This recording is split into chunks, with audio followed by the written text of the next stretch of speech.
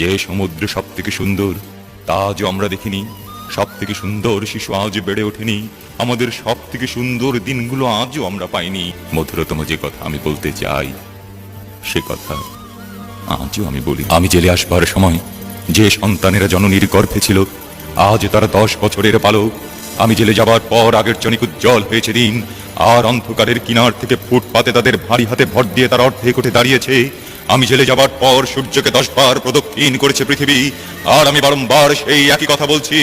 জেলখানায় কাটানো 10টা বছরে যা লিখেছি সব তাদেরই জন্যে, যারা মাটির পিঁপড়ের মতো, সমুদ্রের মাছের মতো, আকাশের পাখির মতো অগণিত, যারা ভীরু, যারা বীর, যারা নিরক্ষর, যারা শিক্ষিত, যারা শিশুর মতো সরল, যারা ধ্বংস করে, যারা সৃষ্টি করে।